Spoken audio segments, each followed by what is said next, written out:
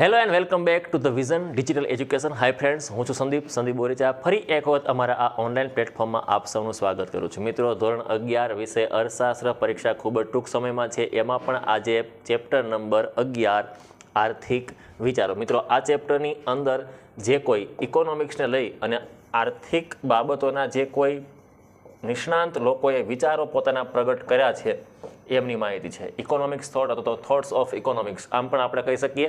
અર્થતંત્રની અંદર કૌટિલ્ય હોય, ગાંધીજી હોય, દીનદયાલ હોય, જે કોઈ કહી શકાય એવા પ્રખર અર્થશાસ્ત્રીઓ હોય જેણે પોતાના જે છે એ પોતાના વિચારો અર્થશાસ્ત્રની બાબતમાં પ્રગટ કરેલા છે, પુસ્તકોમાં નિરૂપણ કરેલા છે. એવા તમામ અર્થશાસ્ત્રીઓના જે વિચારો છે, કર બાબતના હોય અથવા તો જે છે એ આર્થિક જનજીવનના હોય, આવા વિચારોને રિલેટેડ આખું પ્રકરણ છે. પ્રકરણમાં બનતા રસપ્રદ MCQ અથવા તો જે પરીક્ષામાં પૂછાઈ શકે છે એવા પ્રકારના પ્રશ્નોને અહીં આવરી લેવાનો પ્રયાસ કર્યો છે. મિત્રો, પ્રકરણની અંદરનો પહેલો પ્રશ્ન આપણી સામે છે.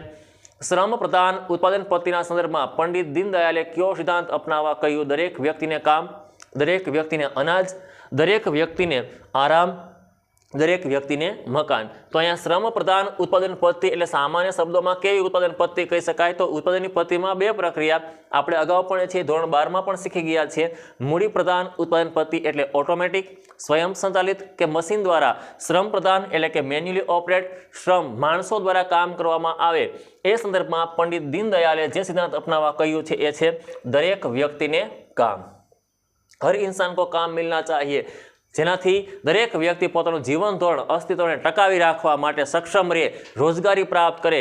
એ સંદર્ભની અંદર દીનદયાલે આ સિદ્ધાંત અપનાવવા માટે લોકોને જે છે એ આહવાન કરેલું છે. નેક્સ્ટ, ભારતીય ગ્રંથોમાં અર્થશાસ્ત્ર અંગે રજૂ થયેલા વિચારો કયા ગ્રંથનું અગ્રસ્થાન છે? સિમ્પલ છે કે જ્યારે કોઈ આપણે અભ્યાસ કરતા હોય અર્થશાસ્ત્રના અને કૌટિલ્ય એવું નામ ન આવે એવું તો બની જ ન શકે મિત્રો. એટલે કૌટિલ્યના અર્થશાસ્ત્રના મગધમાં, જેને કહી શકાય કે જ્યાં મગધ માટે કે ચંદ્રગુપ્ત મૌર્ય માટે લખેલો એમનો એ અર્થશાસ્ત્રનો ગ્રંથ હતો, એ ગ્રંથ અર્થશાસ્ત્રના પાયા સમાન કે અગ્રસ્થાને રહેલો ગ્રંથ માનવામાં આવે છે. એ છે કૌટિલ્યનું અર્થશાસ્ત્ર. કૌટિલ્ય અર્થશાસ્ત્ર એ વહીવટી વિજ્ઞાનની શ્રેષ્ઠમાં શ્રેષ્ઠ કૃતિ છે, જેમાં રાજ્યની આવક, રાજ્યનો ખર્ચ, પ્રજાકીય કાર્યો, જનકલ્યાણ માટેના કાર્યો હોય, પશુ, નગર, ગ્રામ, સિંચાઈ, ખાણ અથવા કહી શકાય કે વેપાર વાણિજ્ય સંબંધિત જે કોઈ પણ મુદ્દાઓને વણી લેવામાં આવ્યા છે એનો ઉલ્લેખ થયો છે. એટલે શ્રેષ્ઠ અગ્રિમ સ્થાને જો કોઈ ગ્રંથ હોય મિત્રો તો એ છે કૌટિલ્યનું અર્થશાસ્ત્ર. Next, unto the last પુસ્તકના લેખક કોણ છે? Thoreau, Ruskin, Tolstoy, Gandhiji. Gandhiji નથી પ્રેરિત થયા હતા એટલે ગાંધીનો આપણે ઉલ્લેખ કરી શકીએ નહીં. એટલે યાદ રાખજો મિત્રો, અન ટુ ધ લાસ્ટ પુસ્તકના લેખક હતા એ હતા રસ્કિન. એમણે જે છે એ આ પુસ્તક લખેલું હતું. અર્થશાસ્ત્રના જે છે એના વિચારોથી પ્રેરાય અને ગાંધીજીએ પણ પોતાના જેને કહી શકાય અપરિગ્રહ, જરૂરિયાત હોય એટલી જ વસ્તુનો વપરાશ કરવો જોઈએ એવા ઘણા પ્રકારના ઉદાર વિચારોનું અનુકરણ કરી અને જીવનમાં અમલમાં મૂકવાનું શરૂ કર્યું હતું. તો યાદ રાખજો પ્રોફેસર રસ્કિન.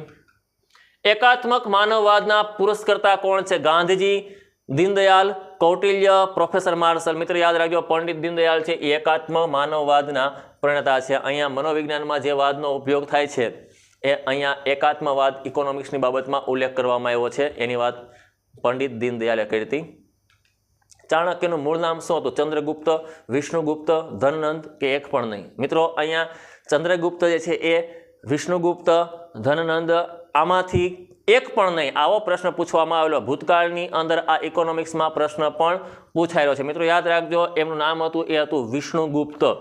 એટલે યાદ રાખજો, અહીંયા ચંદ્રગુપ્ત ઠીક ન થાય કારણ કે ચંદ્રગુપ્ત મૌર્યના સમયમાં ચાણક્ય, કૌટિલ્ય, અર્થશાસ્ત્રનો જે છે એ ગ્રંથ લખેલો હતો. એટલે ખાસ યાદ રાખજો, વિષ્ણુગુપ્ત એવો ઉલ્લેખ થાય છે. નીચેનામાંથી કયા વિચારકની ગાંધીના વિચારો ઉપર અસર છે જ નહીં? થોરો, રસ્કિન, એડમ સ્મિથ કે ટોલ્સ્ટોય?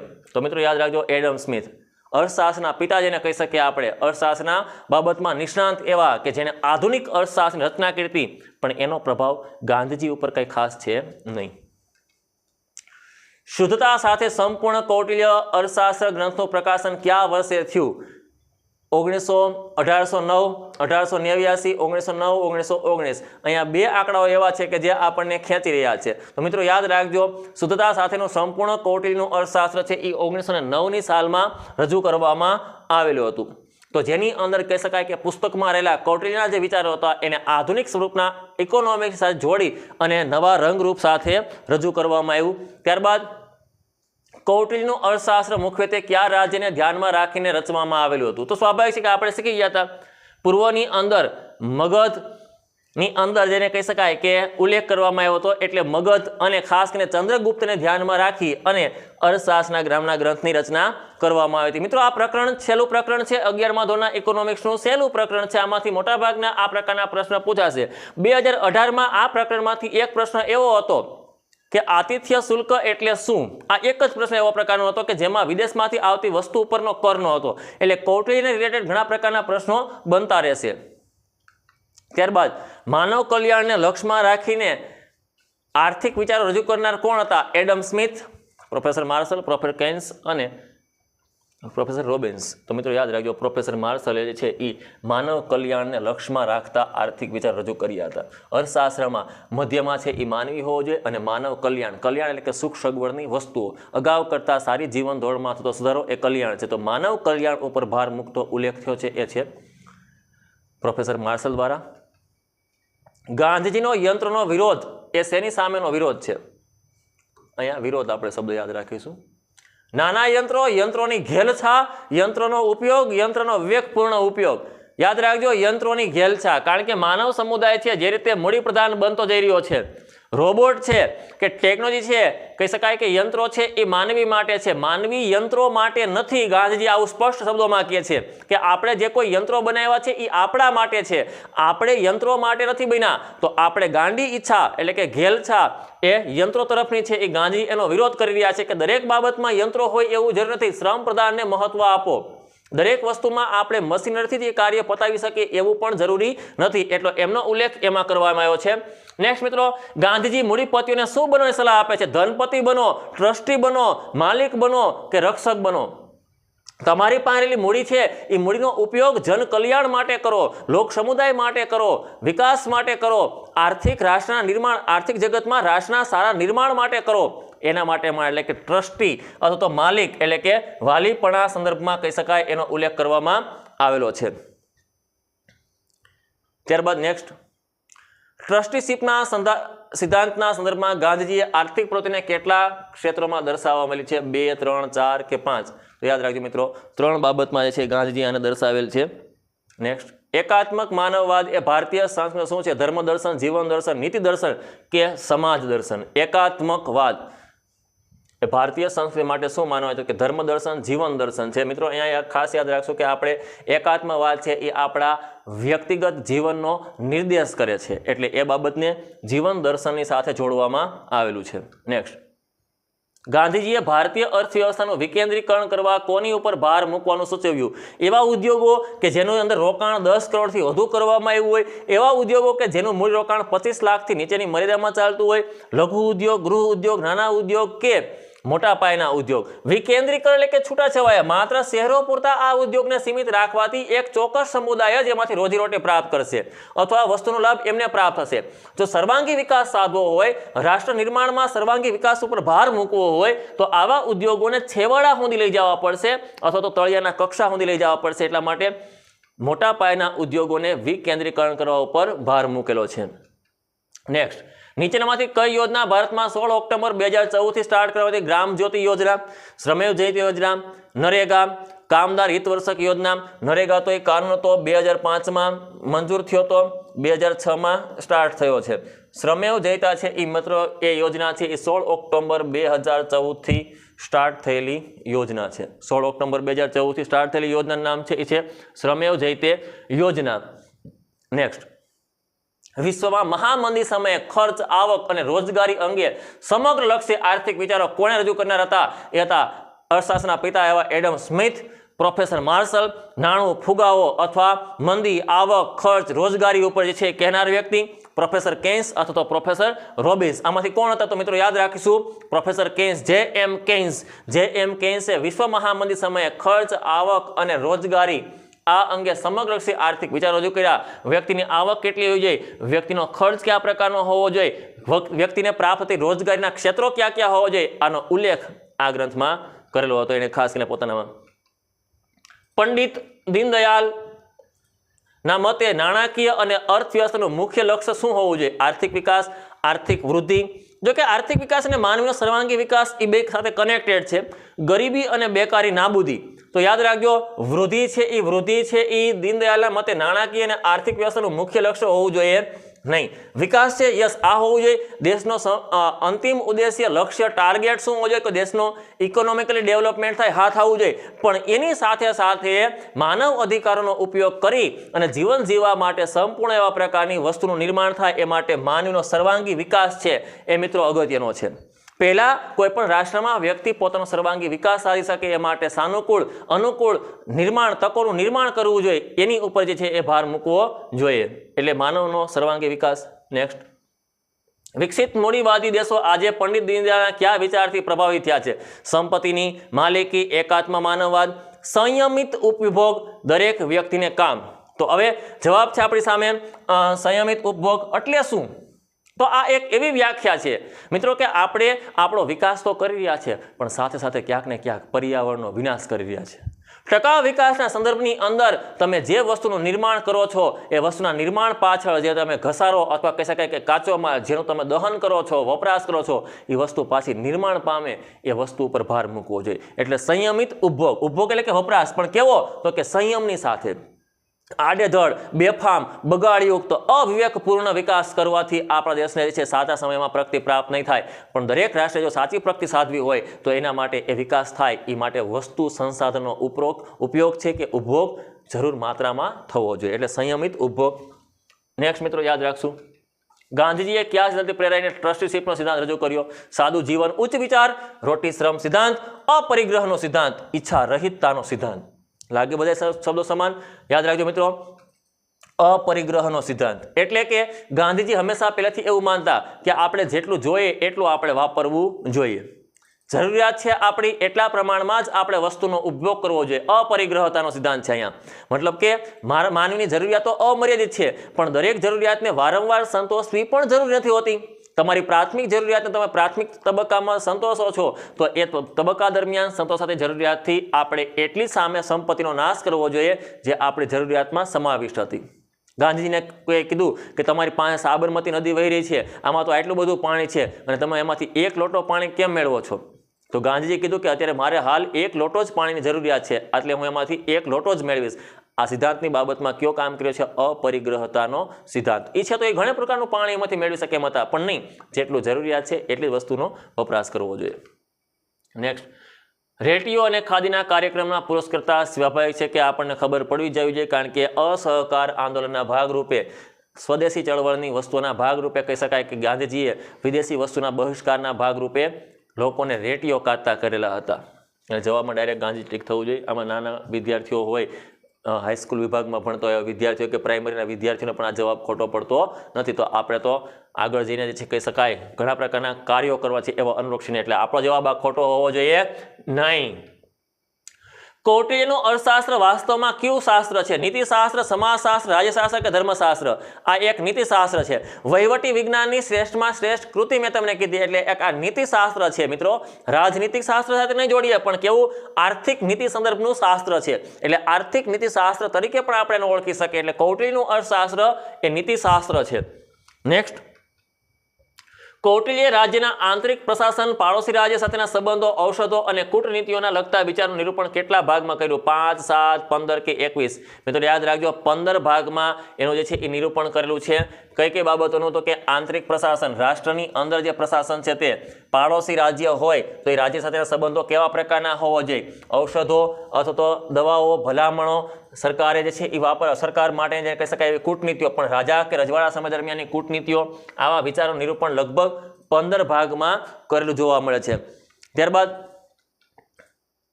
માનવ જીવનની કમનસીબી માટે ગાંધીજીએ કયું કારણ આપ્યું? સતત વધતી જરૂરિયાત, સંકુલ યંત્રનો વધતો ઉપયોગ, વહેંચણીની પ્રવર્તમાન પદ્ધતિ કે ત્રણેય? તો મિત્રો યાદ રાખજો અહીંયા જે છે એ સતત વધતી જતી જરૂરિયાતો છે એ આપણી કમનસીબી છે કારણ કે આપણે અમુક જરૂરિયાતોને યંત્ર સામગ્રી, ટેકનોલોજીના આગમનને કારણે નિર્માણ કરી છે અથવા એક જરૂરિયાતો એ રીતે પણ ઉદ્ભવી કે જેમ માનવ સમુદાયનો વિકાસ થતો ગયો તેમ પરંપરાગતમાંથી આપણે બિન પરંપરાગત તરફ આગળ વધી રહ્યા છીએ. મતલબ કે આપણે પ્રાચીન વસ્તુઓ જે છે એનો ત્યાગ કરી અને નવી આધુનિક જીવનશૈલીમાં જ્યારે પ્રવેશ્યા તો અમુક જરૂરિયાતો વિજ્ઞાનને કારણે પણ ઉદ્ભવતી ગઈ. ભૂતકાળની અંદર આજથી 100 વર્ષ પહેલાં આપણે જઈએ તો મોબાઈલ કે ઇન્ટરનેટ કે વોટ્સએપ ફેસબુક આવો શબ્દ પણ ક્યાં અસ્તિત્વમાં નહીં હોય. ઇવન એમ કહી શકાય કે 20 વર્ષ પહેલાં પણ આવા પ્રકારના વસ્તુઓ વોટ્સએપ કે ફેસબુક કે અથવા કહી શકાય કે ટ્વિટર કે આવા પ્રકારના વસ્તુનું નામ પણ કોઈ સાંભળ્યું નહોતું. પણ હાલના સમયમાં દરેકના મોઢે જીવનમાં રોજના જીવનમાં એક જ વખત બોલાતું હોય. તો આ આપણી શું થયું? જરૂરિયાતો વધતી ગઈ, જરૂરિયાતો અમર્યાદિત સાથે સૂક્ષ્મ નાની બનતી ગઈ છે. એટલે એ આપણી સૌથી મોટી કમનસીબી છે, કારણ કે આપણે બંધાઈ જઈએ છીએ એના લીધે.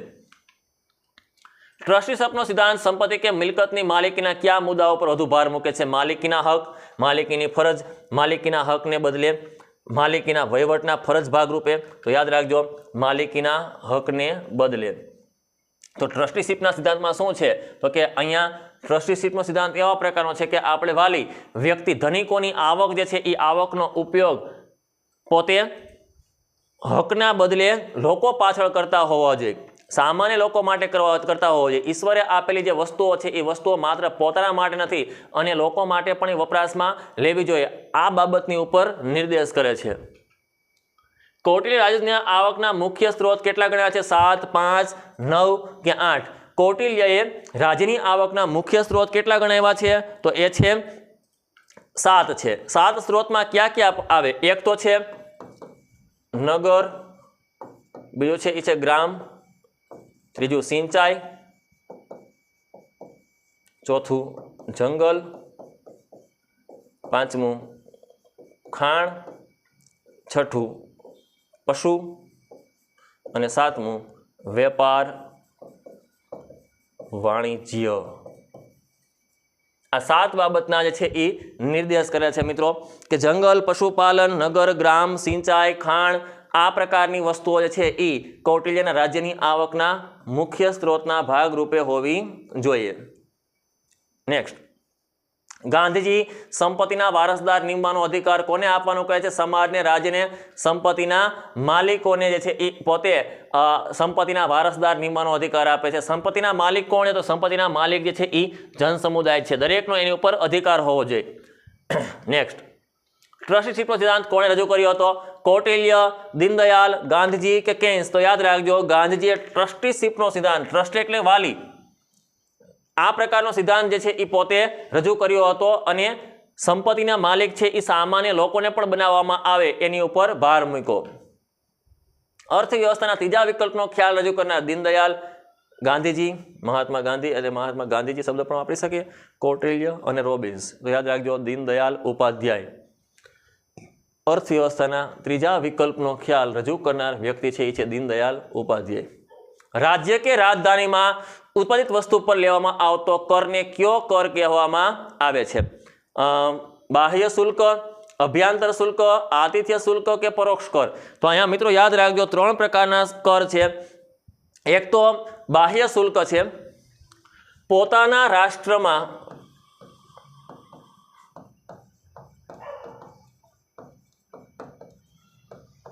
ઉત્પન્ન થતી વસ્તુ પરનો કર. બીજું છે એ છે અભ્યંતર શુલ્ક. હવે અભ્યંતર શુલ્ક શું છે? તો રાજ્ય કે રાજધાનીમાં ઉત્પાદિત વસ્તુ પર લેવામાં આવતો કર. મિત્રો યાદ રાખજો, ખાસ કરીને રાજ્ય કે રાજધાનીમાં જે વસ્તુ પોતાના રાષ્ટ્રમાં મતલબ કે પોતાના દેશમાં વસ્તુ ઉત્પન્ન થાય છે એ ઉપર શુલ્ક તો બાહ્ય શુલ્ક છે, પણ રાજ્ય કે રાજધાની, કોઈ રાજ્ય છે, કોઈ સ્ટેટ છે, એનું પાટનગર છે, એમાં આવતો વસ્તુ કે કર એટલે કે રાજ્ય કે રાજધાની એમાં બનતી વસ્તુ પરનો કર છે ને શું કહેવાય? અભ્યંતર શુલ્ક. અને વિદેશી વસ્તુ, અતિથિ એટલે કે વિદેશી કે આપણો મહેમાન, તો વિદેશી વસ્તુ પરનો કર એ કેવો કર છે? આતિથ્ય શુલ્ક. તો અહીંયા આ 3 પ્રકારના કરનો ઉલ્લેખ છે. એટલે પોતાના રાષ્ટ્રમાં ઉત્પન્ન થતી વસ્તુ પર લેવામાં આવતો કર એ કેવો કર છે? એ છે બાહ્ય શુલ્ક. અહીંયા બાહ્ય લખ્યું છે પણ હકીકતમાં શું આવશે મિત્રો? બાહ્ય શુલ્ક. અભ્યંતર શુલ્ક રાજ્ય કે પાટનગરમાં લેવામાં, રાજધાનીમાં લેવામાં આવતો કર છે. વિદેશી વસ્તુ જો ઇન્ડિયામાં આવે તો એની ઉપર કોઈ વસ્તુનો ટેક્સ લેવામાં આવે તો એ શુલ્ક છે કે કર છે એ છે આતિથ્ય શુલ્ક. શુલ્ક એટલે કે કરના સ્વરૂપમાં આપણે અહીંયા ઉલ્લેખ કરીશું. ઓકે મિત્રો, થેન્ક યુની સ્લાઇડ આપણી વચ્ચે આવી ચૂકી છે. વિઝન ડિજિટલ એજ્યુકેશનની અંદર આપણે ઘણા પ્રકરણો જેને કહી શકાય પરીક્ષાની દ્રષ્ટિએ ધોરણ 12 અને ધોરણ 11માં ઉપયોગી છે એવા તમામ ચેપ્ટર આપણે અહીંયા પૂર્ણ કરેલા છે. MCQના સ્વરૂપમાં મિત્રો હજુ તો ઘણું લાંબી મંજિલ આપણે કાપવાની છે. હજુ તો આપણે કહી શકાય કે મેઇન્સ માટેની તૈયારીમાં આપણે પ્રવેશ્યા છીએ ત્યારે આપણે ઘણા પ્રકારના પ્રકરણોમાં આવતા 2 ગુણ 3 ગુણ અને 5 ગુણ ધોરણ 12ની બોર્ડની પરીક્ષા હોય કે ધોરણ 11ની વાર્ષિક પરીક્ષા હોય એમાં પૂછાતા હોય આ પ્રકારના પ્રશ્નો તો તૈયારી કરવાની હજી આપણે બાકી જ છે. આ સાથે જ આપણું આ પ્રકરણ અહીંયા પૂર્ણ કરીએ છીએ. કોર્સના આવતા મોટાભાગના ચેપ્ટરને સમાપ્ત કરીએ છીએ. આજનો આ લેક્ચર પણ અહીંયા સમાપ્ત કરીએ છીએ. ધન્યવાદ.